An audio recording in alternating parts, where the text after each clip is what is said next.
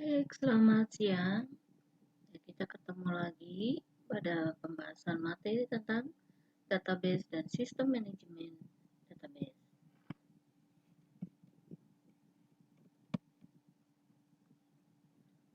Di mana dalam database ini ya, pada pertemuan ini kita akan membahas tentang struktur database. Di dalam struktur database ini terdapat user, yaitu terdiri dari naib user, application programmer, ada sophisticated user, kemudian ada database administrator. Di mana naib user ini berdasarkan struktur ini adalah applicated ya. Dia merupakan user yang tidak tahu menahu tentang bagaimana program tersebut dibuat. Bagaimana itu pemrograman, kode programnya seperti apa. Dia hanya melakukan mencari informasi melalui applicated. Kemudian ada application programmer, di mana application programmer ini mengerti juga tentang pemrograman dan dapat memanipulasi data di dalamnya. Kemudian ada sophisticated user, nah inilah yang mengatur tentang query di dalam database. Kemudian ada database administrator, nah ini sebagai perancang database menggunakan data definition language yang nanti dilakukan oleh di dalam sistem melalui database manager.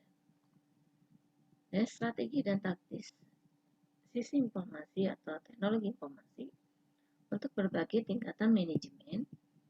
Strategi sisi informasi mencakup manajer senior, kemudian anggota dewan yang terikat, dan manajemen unit bisnis. Nah, teknis sisi informasi ini merupakan wewenang para manajer unit-unit bagian bisnis dan para manajer operasionalnya. Strategi dari IT ini merupakan persoalan bagi manajemen senior sebetulnya, atau anggota dewan yang terikat pada manajer senior IT. Taktis teknologi informasi merupakan persoalan untuk staf IT itu sendiri, para manajer bisnis tertentu, dan para manajer tingkat fungsional dalam unit bisnisnya. Nah, di sini ada pemetaan pembuatan keputusan. Keputusan ini ada beberapa level yang diambil. Low level adalah keputusan yang sifatnya adalah operasional. Nah, disinilah dibuat data keputusan. Kemudian level selanjutnya adalah di mana keputusan ini merupakan suatu pengawasan keputusan.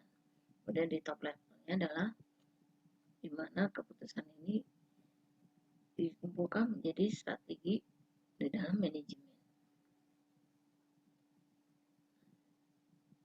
Dilihat dari pembagian sistem dapat dibedakan berdasarkan tingkat formalitasnya, tingkat penerapan otomasi yang diberikan, kemudian hubungan sistem tersebut di dalam pembuatan keputusan, dan sifat-sifat input dan outputnya, sumber dan tingkat kesesuaiannya, serta bobot pada perusahaan itu sendiri.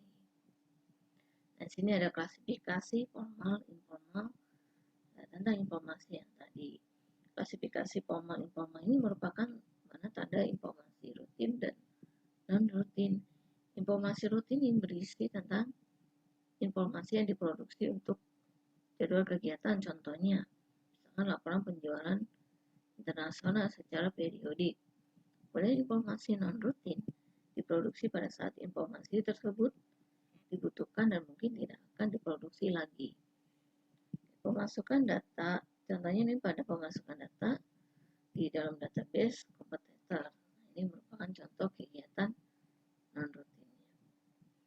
Nah, hubungan dari formalitas dan rutinitasnya adalah secara formal maupun informal, non-rutin maupun rutin, di mana berdasarkan hubungan formal dengan informal secara non-rutin adalah secara formal bahwa kebutuhan tidak rutin untuk informasi formal lebih mudah dihadapi ketika rutinitas itu diotomasi. Sedangkan non-rutin secara informal, ini dapatkah IT ini menyajikan infrastruktur jika hal ini muncul, contohnya ini pada sistem email.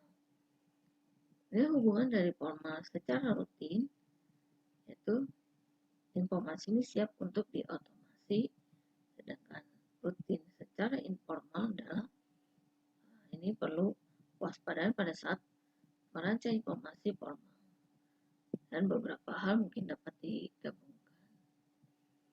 Di sini ada beberapa contoh database terintegrasi, yaitu pada sistem database pada distrik capil, ya, untuk pelayanan catatan sipil itu database ada tentang database akte, dan pelayanan kependudukan adalah database penduduk, di mana database ini nanti outputnya adalah akte kelahiran.